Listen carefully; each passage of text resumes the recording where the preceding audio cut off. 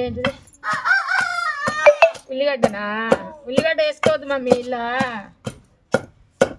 ఎల్లిపాయలు రేపు చెట్టు మొలిచిందా? మూత పెట్టుకో, చెట్టు అవుతుంది పెద్దగా. పచ్చడి ఎట్లా వేస్తారమ్మా మరి? ఇదా 10 గల చింతకాయలు తీసుకోవాలి, దాని బట్టి తీసుకొని మంచిగా చింతకాయలు మెరుగా దంచుకొని ఇత్తులు తీసేసుకోవాలి. ఇత్తులు తీసేసుకున్నాక 10 గల నెత్తాలు అలానే వేసుకోవాలి. వేసుకొని మెత్తగా దంచుకోవాలి. ఎల్లిపాయ జీలకర్ర వేసుకోవాలి. ఉప్పు వేసి మెత్తగా నూరుకోవాలి. ఉప్పు వేసేది అందరూ తెలుసు.